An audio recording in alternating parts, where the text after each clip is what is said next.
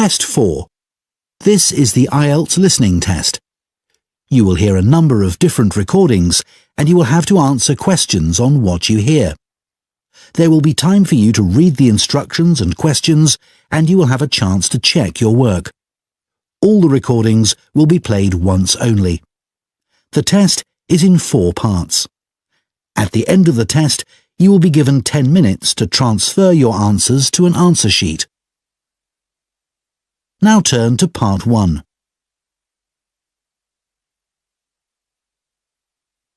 Part 1. You will hear a man who works at an employment agency phoning a woman who is looking for a job. First, you have some time to look at questions 1 to 5.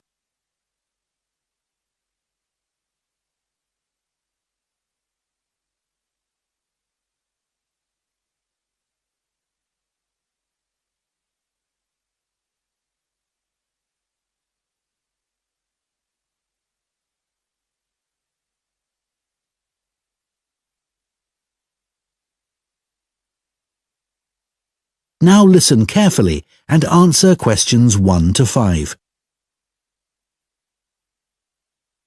Hello? Oh, hello. Is that Julie Davison? Yes. This is Greg Preston from the employment agency. We met last week when you came in to inquire about office work. Oh, that's right. Now, we've just had some details come in of a job which might interest you. OK. So this is a position for a receptionist. I believe you've done that sort of work before? Yes, I have. I worked in a sports centre for a couple of years before I got married and had the children. Right.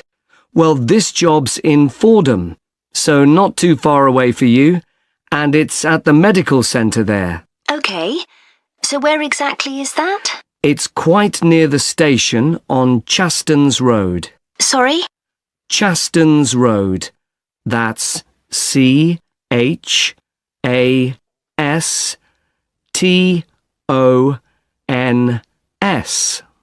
thanks. So what would the work involve? Dealing with inquiries from patients? Yes, and you'd also be involved in making appointments, whether face-to-face or on the phone, and rescheduling them if necessary. Fine, that shouldn't be a problem. And another of your duties would be keeping the centre's database up to date.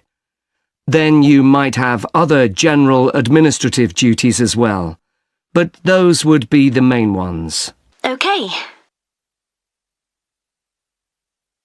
Before you hear the rest of the conversation, you have some time to look at questions 6 to 10.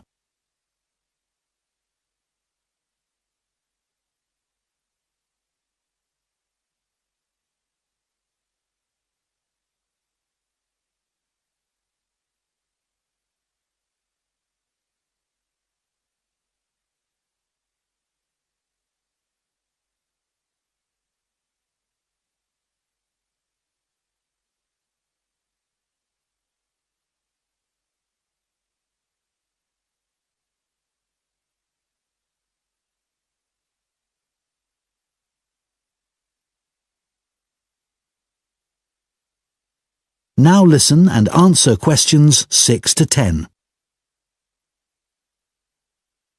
Now, when the details came in, I immediately thought of you because one thing they do require is someone with experience. And you did mention your work at the sports centre when you came in to see us. Yes, in fact I enjoyed that job. Is there anything else they're looking for? Well, they say it's quite a high-pressure environment.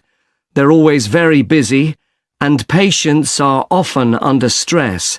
So they want someone who can cope with that and stay calm, and at the same time be confident when interacting with the public.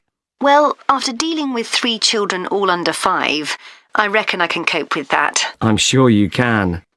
And then another thing they mention is that they're looking for someone with good IT skills. Not a problem. So you'd be interested in following this up? Sure. When would it start? Well, they're looking for someone from the beginning of next month. But I should tell you that this isn't a permanent job. It's temporary, so the contract would be just to the end of September.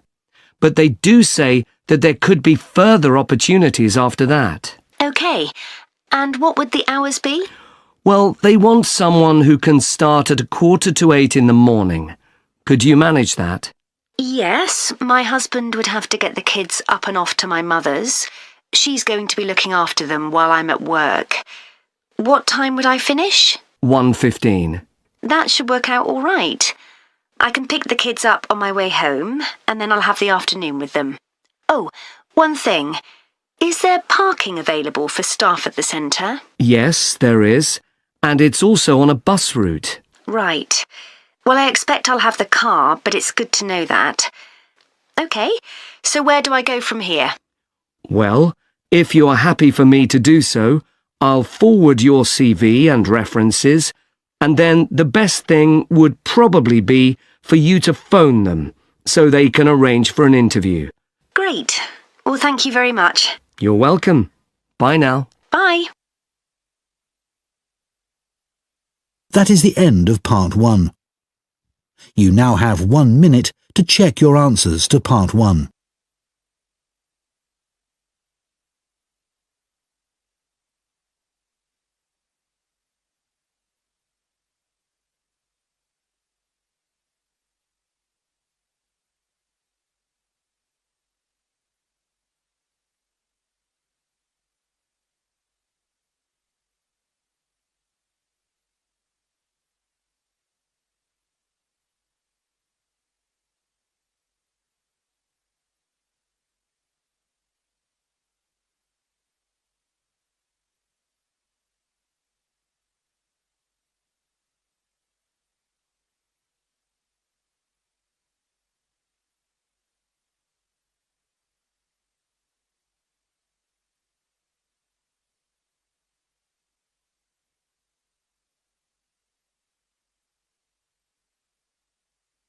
Part 2. You will hear a guide at a farming museum talking to a group of visitors.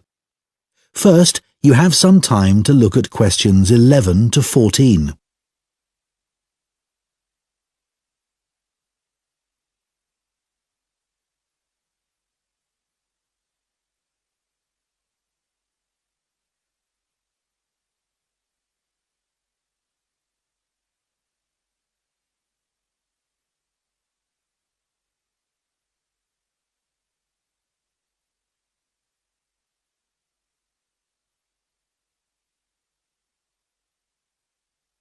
Now listen carefully and answer questions 11 to 14. Good morning, everyone, and welcome to the Museum of Farming Life. I understand it's your first visit here, so I'd like to give you some background information about the museum and then explain a little about what you can see during your visit. So, where we're standing at the moment is the entrance to a large building that was constructed in 1880 as the home of a local businessman, Alfred Palmer, of the Palmer Biscuit Factory. It was later sold and became a hall of residence for students in 1911 and a museum in 1951. In 2005, a modern extension was built to accommodate the museum's collections. The museum's owned by the university, and apart from 2 rooms that are our offices, the university uses the main part of the building. You may see students going into the building for lessons, but it's not open to museum visitors, I'm afraid. It's a shame because the interior architectural features are outstanding, especially the room that used to be the library. Luckily, we've managed to keep entry to the museum free. This includes access to all the galleries, outdoor areas, and the rooms for special exhibitions. We run activities for children and students, such as the Museum Club, for which there's no charge.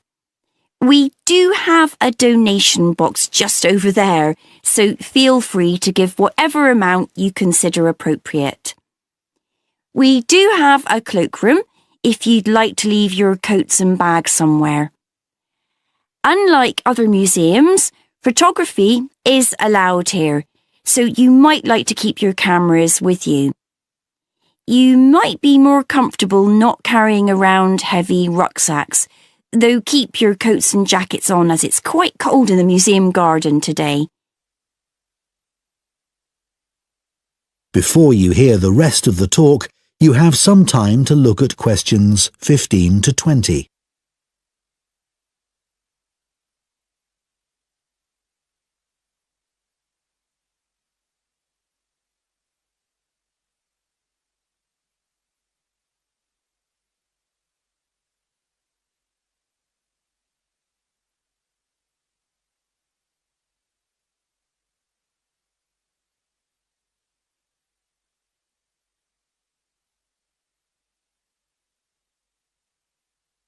Now listen and answer questions 15 to 20. I'd like to tell you about the different areas of the museum. Just inside and outside the main gallery, we have an area called Four Seasons. Here, you can watch a 4-minute animation of a woodland scene. It was designed especially for the museum by a group of young people on a film studies course, and it's beautiful. Children absolutely love it, but then so do adults. The main gallery is called Town and Country. It includes a photographic collection of prize-winning sheep and shepherds. Leaving Town and Country, you enter Farmhouse Kitchen, which is, well, self-explanatory. Here, we have the oldest collection of equipment for making butter and cheese in the country.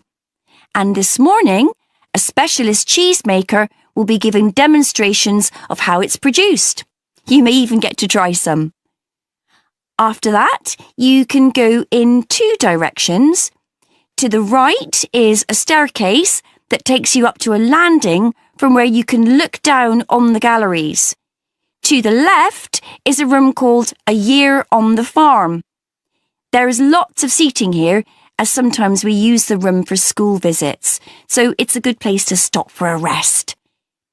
If you're feeling competitive, you can take our memory test, in which you answer questions about things you've seen in the museum. The next area is called Wagon Walk. This contains farm carts from nearly every part of the country. It's surprising how much regional variation there was. Beside the carts are display boards with information about each one. The carts are old and fragile, so we ask you to keep your children close to you and ensure they don't climb on the carts. From Wagon Walk, you can either make your way back to reception or go out into the garden, or even go back to take another look in the galleries. In the far corner of the garden is Bees Are Magic, but we're redeveloping this area so you can't visit that at the moment. You can still buy our honey in the shop though.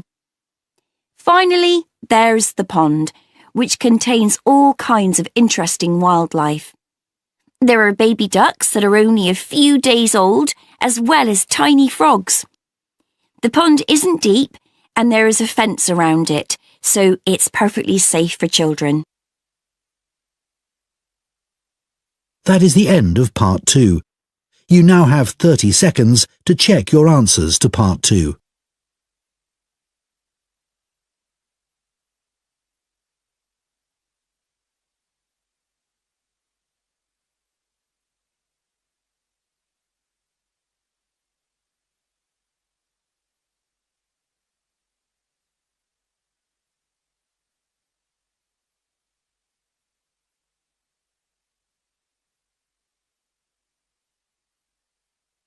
Part 3.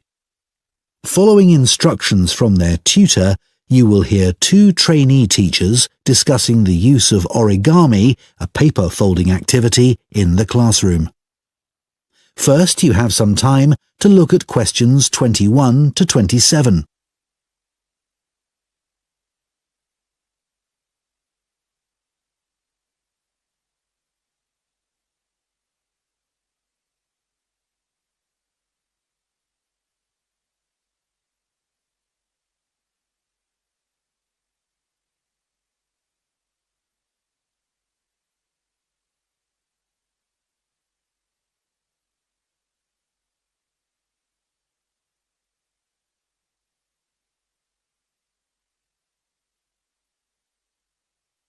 Now listen carefully and answer questions 21 to 27. So now I want you to discuss the lesson we've just been watching on the video and think about the ways in which origami can be a useful educational tool. Can you all work with the person sitting next to you? I had no idea that such a simple thing like folding squares of paper to make the shape of something like a bird could be such an amazing tool. It's made me see origami in a whole new light. I know. It was interesting to see the educational skills the children were developing by doing origami. On the video, you could see them really listening hard to make sure they did all the steps in the right order to make the bird. That's right. In this lesson, they were working individually, but it would also be interesting to see if the children could work out how to make something simple without being given any direction. That would help with building teamwork as well. Yes, but much more of a challenge. One thing that really stood out for me was that the children were all having fun while being taught something new. Which is a key aim of any lesson with this age group.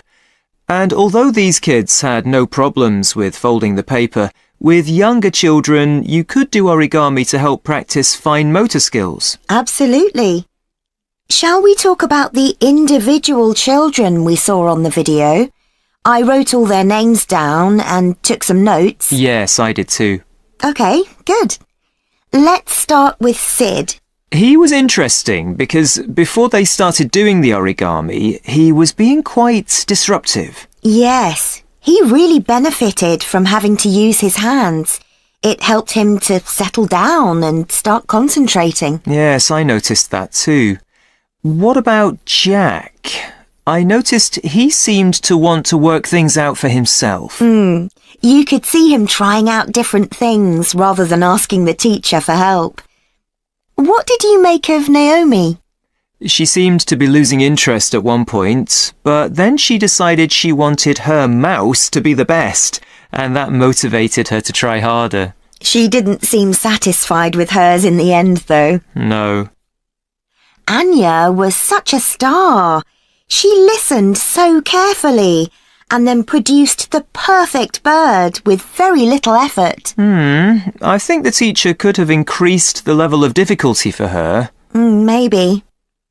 I think it was the first time Zara had come across origami. She looked as if she didn't really get what was going on. She seemed unsure about what she was supposed to do, but in the end, hers didn't turn out too badly. Yeah, I'm sure it was a positive learning experience for her. Before you hear the rest of the discussion, you have some time to look at questions 28 to 30.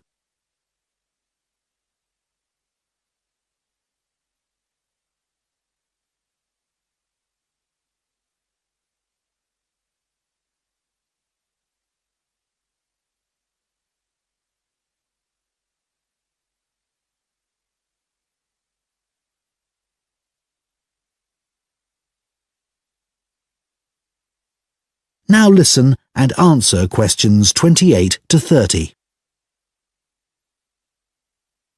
I think one reason why the origami activity worked so well in this class was that the teacher was well prepared. Right. I think it would have taken me ages to prepare examples showing each of the steps involved in making the bird, but that was a really good idea. The children could see what they were aiming for. And much better for them to be able to hold something rather than just looking at pictures. Those physical examples supported her verbal explanations really well. It's strange that origami isn't used more widely. Why do you think that is? Well, teachers may just feel it's not that appealing to children who are used to doing everything on computers, especially boys, even if they're aware of the benefits. Oh, I don't know. It's no different to any other craft activity. I bet it's because so many teachers are clumsy like me. That's true. Too much effort required if you're not good with your hands. Well, anyway, I think we should try it out in our maths teaching practice with Year 3. I can see using origami is a really engaging way of reinforcing children's knowledge of geometric shapes, like they were doing in the video. but I think it would also work really well for presenting fractions, which is coming up soon. Good idea. That's something most of the kids in that class might struggle with.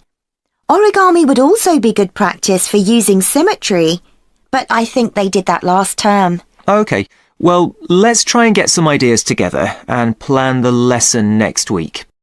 OK, if you could also... That is the end of Part 3. You now have 30 seconds to check your answers to Part 3.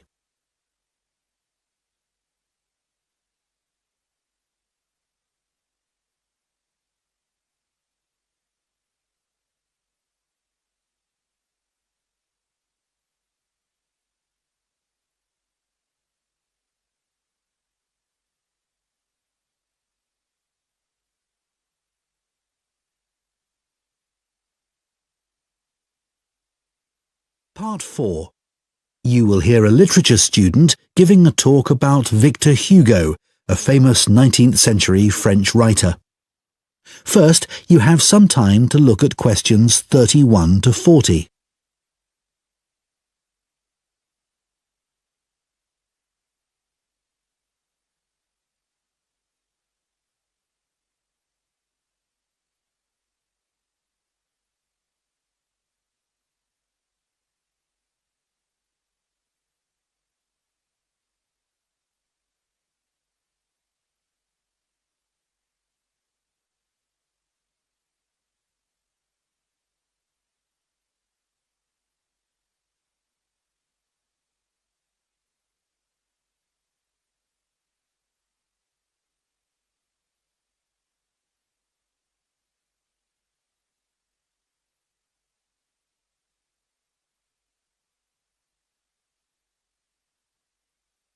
Now listen carefully and answer questions 31 to 40.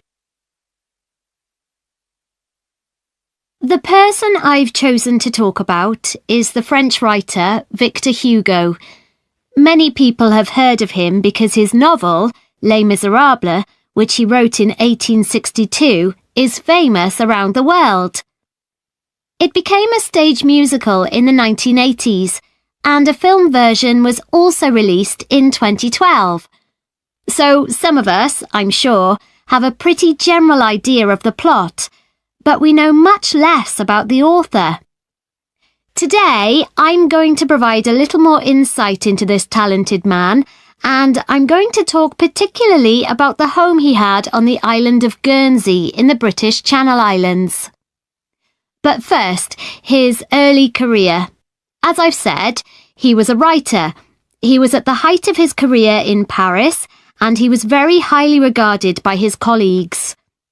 As far as literature was concerned, he was the leading figure of the Romantic movement.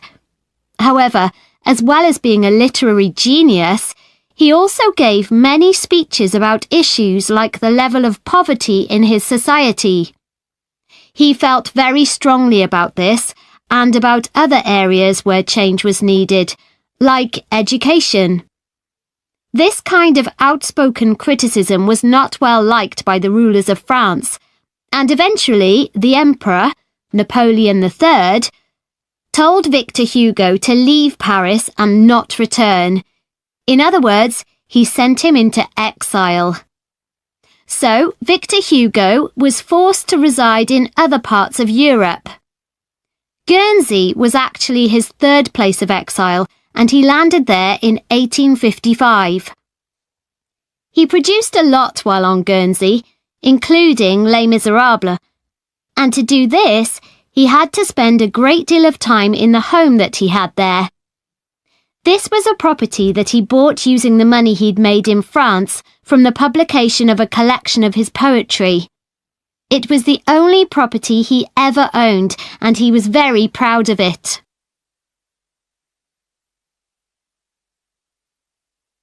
The property Victor Hugo bought on Guernsey was a large 5-storey house in the capital town of St. Peter Port, and he lived there for 15 years, returning to France in 1870 when Napoleon's empire collapsed. He decorated and furnished each level or floor of the house in unique and wonderful ways. And many people consider the inside of the house to be a work of art. Today, it's a museum that attracts 200,000 visitors a year. He lived in the house with his family, and portraits of its members still hang in rooms on the ground floor, along with drawings that he did during his travels that he felt were important to him. In other ground floor rooms, there are huge tapestries that he would have designed and loved. The walls are covered in dark wood panelling that Victor Hugo created himself using wooden furniture that he bought in the market. The items were relatively inexpensive, and he used them to create intricate carvings. They gave an atmosphere on the lower level that was shadowy and rather solemn. On the next level of the house, there are 2 impressive lounges where he entertained his guests. One lounge has entirely red furnishings, such as sofas and wall coverings, and the other blue.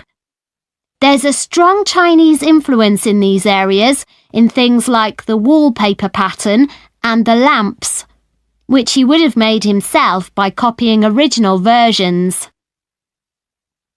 His library, where he left many of his favourite books, forms the hallway to the 3rd floor and was a comfortable area where he could relax and enjoy his afternoons.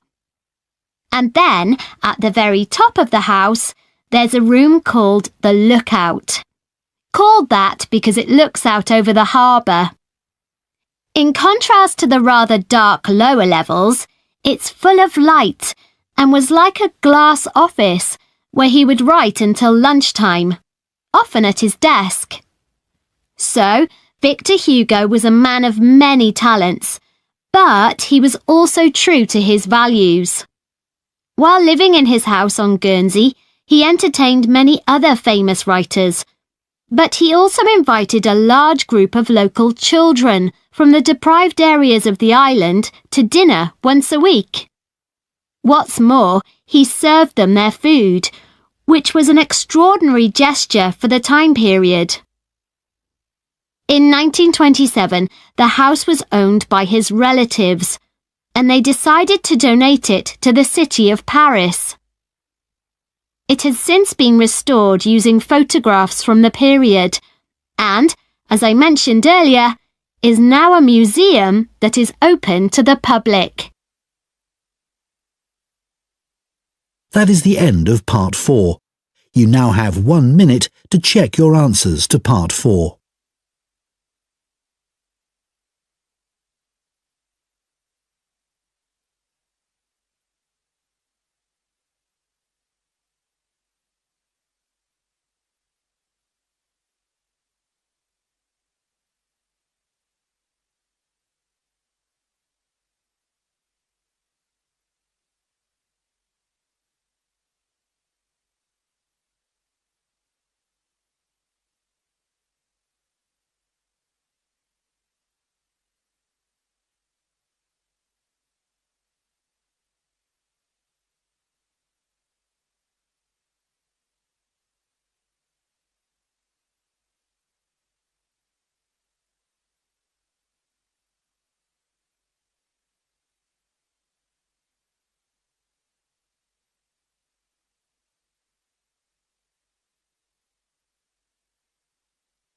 That is the end of the listening test. In the IELTS test, you would now have 10 minutes to transfer your answers to the listening answer sheet.